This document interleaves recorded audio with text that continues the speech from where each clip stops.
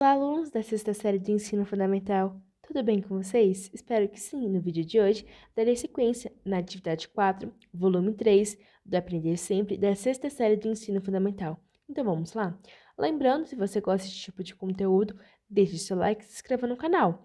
Aulas 1 e 2, leitura e fruição com as histórias contadas. Gênero textual, conto de fadas.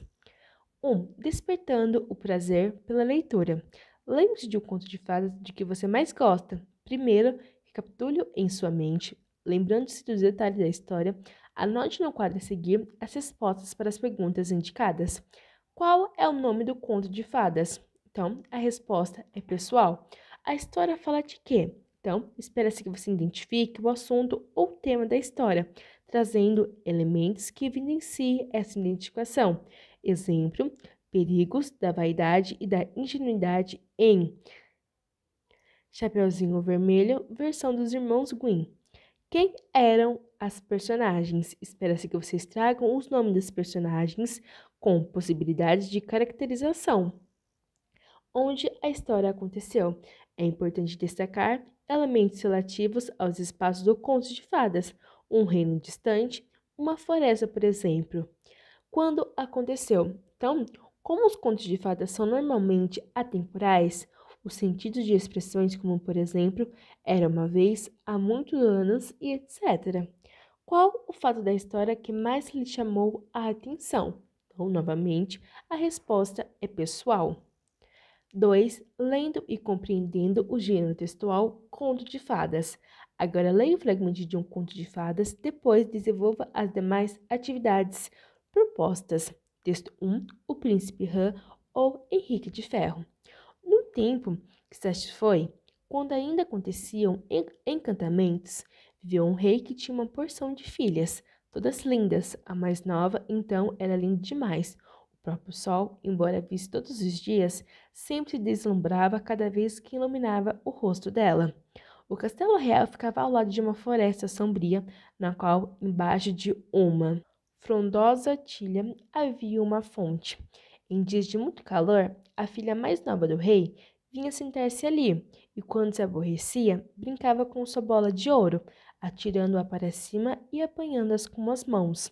Uma vez, brincando assim, a bola de ouro, jogada para o ar, não voltou para as mãos dela. Caiu na relva, rolou para a fonte e desapareceu nas suas águas profundas. Adeus, minha bola de ouro, pensou a princesa. Nunca mais vou ver você. E começou a chorar alto. Então uma voz perguntou: Por que choras? A filha mais nova do rei. Suas lágrimas são capazes de derreter até uma pedra. A princesa olhou e viu a cabecinha de uma rã fora d'água. Foi você que falou? Bichinho dos charcos. Estou chorando porque minha bola de ouro caiu na água e sumiu. Fique tranquila e não chore mais. Vou buscá-la. Mas o que você me dará em troca? Tudo o que você quiser, Rosinha querida. Meus vestidos, minhas joias, até mesmo a coroa de ouro que estou usando. Vestidos, joias e coroa de ouro de nada me servem. Mas se você quiser gostar de mim, se me deixar ser sua amiga e companheira de brinquedos, se me deixar sentar ao seu lado à mesa, comer no seu prato de ouro, beber no seu copo, dormir na sua cama e me prometer tudo isso, mergulho agorinha mesmo e lhe trago a bola.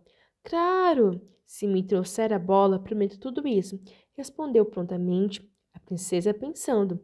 Mas que rãzinha boba, ela é que fique na água com suas iguais. Imagine se vou ter uma rã por amiga. A. Qual é o principal público-alvo dos contos de fada? Então, espera-se que você responda que os contos de fada têm como público-alvo as pessoas em geral, sobretudo as crianças. B. Qual a finalidade dos contos de fada? Então, espera-se que vocês percebam que a intencionalidade dos contos de fada é encantar o imaginário, divertir, mas também poder trazer ensinamentos, valores e etc. C. Você concorda com a ideia de pedir alguma coisa em troca quando faz algo para outra pessoa? Justifique sua resposta. Então, apesar de a resposta ser pessoal, espera-se que vocês reflitam sobre a questão de se pedir algo em troca quando se ajuda alguém. D. No trecho. Claro, se me trouxer a bola, prometo tudo isso. A quem se refere à expressão em destaque. Então, Espera-se que vocês identifiquem que a expressão em destaque se refere ao que a Han pediu em troca da busca pela bola de ouro. Então, como exemplo, ser amiga e companheira de brinquedos, sentar ao lado da princesa à mesa, comer no prato de ouro, beber no copo da princesa e dormir na cama dela. Aulas 3 e 4, lendo e compreendendo o gênero textual apólogo. 1. Diagnóstico. A partir das considerações feitas pelo professor, registre aqui o que aprendeu sobre o apólogo. Então, espera-se que vocês percebam que o apólogo é um texto narrativo curto com personagens inanimados que agem como humanos para apresentar uma lição de moral. 2. Atividade 2. Lendo e interpretando um apólogo. Leia atentamente o texto a seguir. Texto 2. Um apólogo, Machado de Assis. Pessoal, eu não irei ler o texto, irei direto para as perguntas e respostas. 3. Conhecendo o gênero apólogo e suas características. A. Preencha o quadro a seguir, trazendo o conceito, a finalidade e as informações sobre os elementos característicos do gênero apólogo. Personagens, narrador, enredo e espaço. Elementos característicos do gênero apólogo. Então, gênero, apólogo. Finalidade, divertir o público-alvo e ainda ensinar uma lição de moral, promovendo uma reflexão. Características, texto narrativo curto, com personagens inanimados que agem como humanos para apresentar uma lição de moral. Personagens principais: a linha e a agulha. Espaço: casa da baronesa. Narrador, terceira pessoa. Observador. De que se trata a história? O texto trata de uma discussão entre a linha e a agulha e sobre a disputa de vaidades, uma vez que uma tenta ser superior à outra. 4. Interpretação do texto. Após a leitura, faça as atividades a seguir a fim de enriquecer os conhecimentos e a compreensão global do texto. A. Por que a linha se considera mais importante do que a agulha? Então, espera-se que você responda que é porque corta os vestidos, prende um pedaço ao outro e dá feição aos babados. B.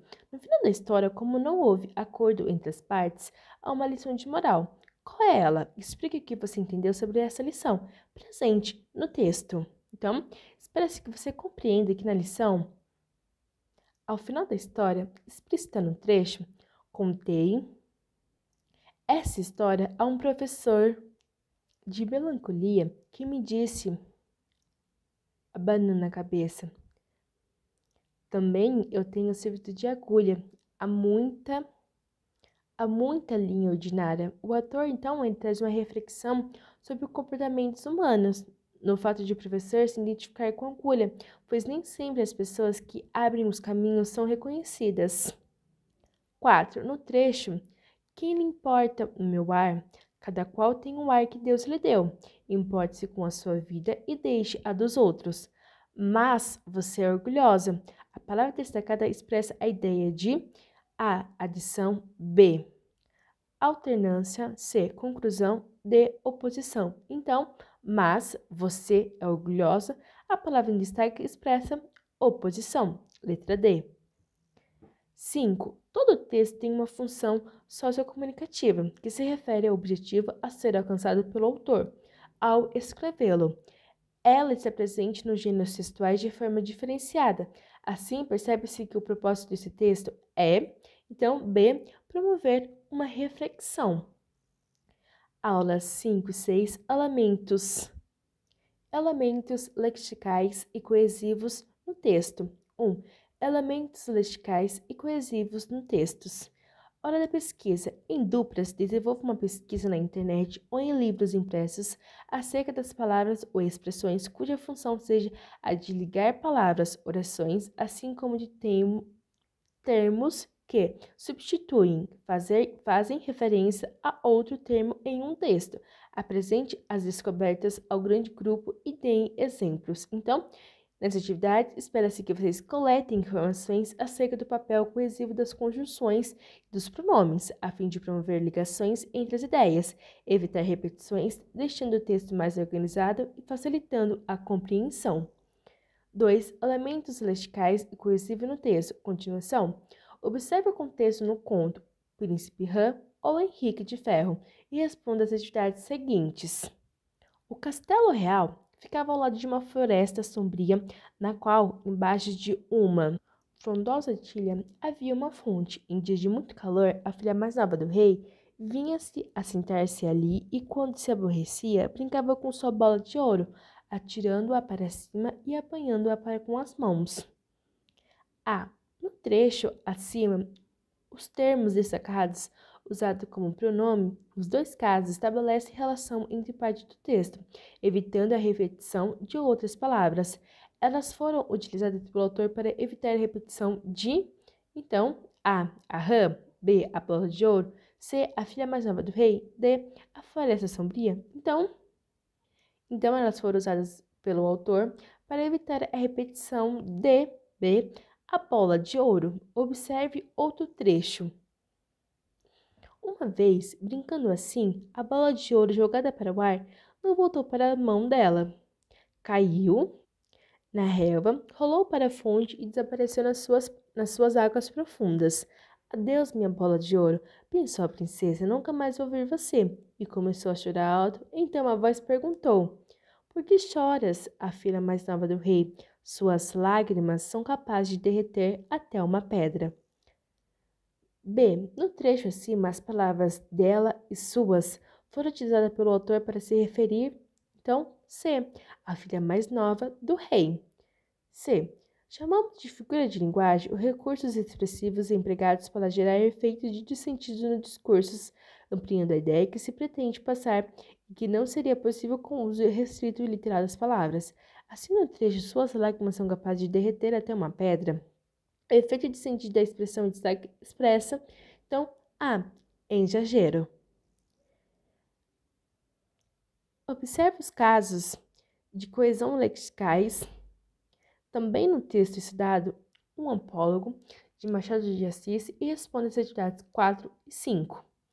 No trecho, deixe-me, senhora, que é deixe? Que é deixe por quê? Porque lhe digo que está com um ar insuportável? D. O pronome me refere-se a, então, resposta, a linha. Agora observe outro excerto. É boa porque coso. Então, os vestidos e efeitos de nossa ama. Quem é que os cose senão eu? E. O termo destacado se refere, então, B, ao vestido. 3. Leia um fragmento do conto a seguir e realize as atividades seguintes. João e Maria. Pessoal, eu não irei ler novamente o fragmento do conto de João e Maria. Irei direto para as perguntas e respostas. 4. Elementos característicos do conto de fada João e Maria. A. Preencha o quadro a seguir trazendo os conceitos, a finalidade e as informações sobre os elementos característicos do conto de fada, personagens, narrador, enredo e espaço.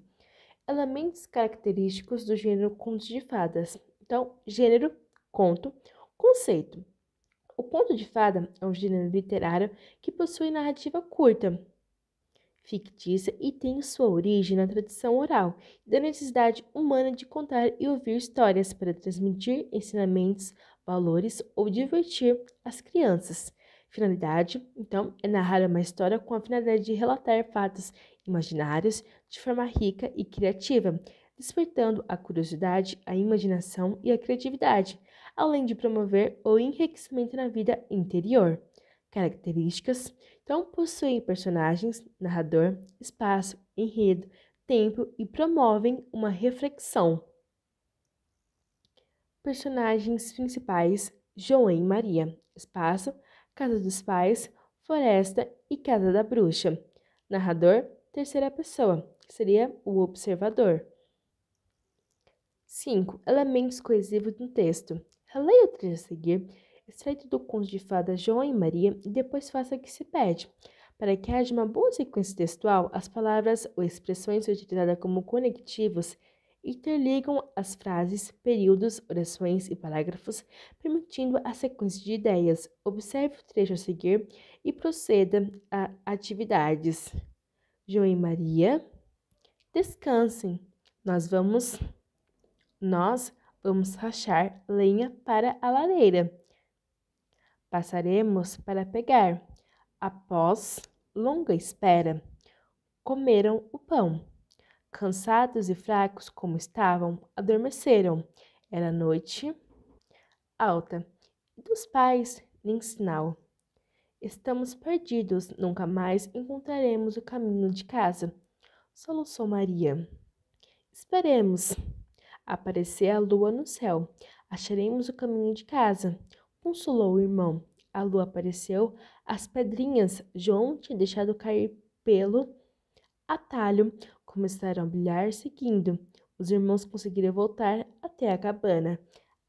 O que aconteceu com o trecho ao retirarmos algumas palavras e expressões? Então, espera-se que vocês percebam que o sentido do texto fica prejudicado e que falta ligação entre as frases e os termos das frases. B. Reescreva o trecho acrescentando palavras e expressões de forma a preencher as lacunas, melhorando a clareza e progressão das ideias. Veja também como a inserção desses termos evita a repetição desnecessária das palavras, o que prejudica a clareza textual. Para isso, use palavras e expressões diferentes das que estão no texto original, porém com o mesmo sentido. Faça os ajustes necessários. Então, na opção de resposta, João e Maria, descanse durante o tempo em que vamos rachar a lenha para a lareira. Quando voltarmos, passaremos para pegá-los. Após longa espera, eles comeram o pão, mas, cansados e fracos como estavam, adormeceram. Ao acordarem, era noite alta e dos pais nem sinal. Estamos perdidos, nunca mais encontraremos caminhos de casa. Soluçou Maria. Esperemos a lua aparecer no céu, para acharmos o caminho de casa. Consolou o irmão. Logo que a lua apareceu, as pedrinhas as quais João tinha deixado cair pelo atalho começaram a brilhar. Seguindo essas pedrinhas, os irmãos conseguiram voltar até a cabana. Aulas 7 e 8, uma proposta de releitura textual. 1. Planejamento da atividade de reestruturização. Releia o texto, um apólogo de Machado de Assis. A proposta é que, em duplas, vocês planejam a retextualização desse texto, trocando as personagens por outras, que sejam também seres inanimados e que tragam outra temática, a que faz parte do cotidiano de vocês, como, por exemplo, a convivência entre irmãos ou amigos no jogo de futebol. Considere no seu planejamento. Qual o ensinamento moral a ser passado na história? As personagens do conto, seres inanimados, no caso, o contador da história, que seria o narrador. Quando acontece a história, o tempo, onde, o espaço, o que houve na história seria o enredo. 2. Após o planejamento textual, chegou a hora de você e a sua dupla colocarem a mão na massa. Escreva, ou seja, retextualizem o apólogo de autoria de Machado de Assis. Não se esqueça de Perdão pela demora. Não se esqueçam do que definirão anteriormente. Façam a atividade considerando os elementos característicos do gênero, personagens, narrador, tempo, espaço e enredo que você e sua dupla elegerão na atividade anterior. 3. Revisando o texto produzido. Em duplas, revise e reescreva o texto que foi produzido, levando em consideração a estrutura e os elementos característicos do gênero textual, apólogos, aspectos gramaticais e verbais, corrigindo quando houver necessidade. Para isso, siga esse roteiro. Os elementos narrativos do apólogo estão adequados, personagens, tempo, espaço e enredo. O ensinamento moral está claro e alcançou o objetivo. Então, as personagens são seres inanimados que agem como humanos. Os aspectos ortográficos estão adequados, ou seja, há uma palavra com grafia incoerente. Os conectivos e elementos que promovem a sequência das ideias estão adequados. Então, basicamente, vai ser esse atividade que vocês irão fazer. Vocês irão fazer a nova releitura do texto de apólogo.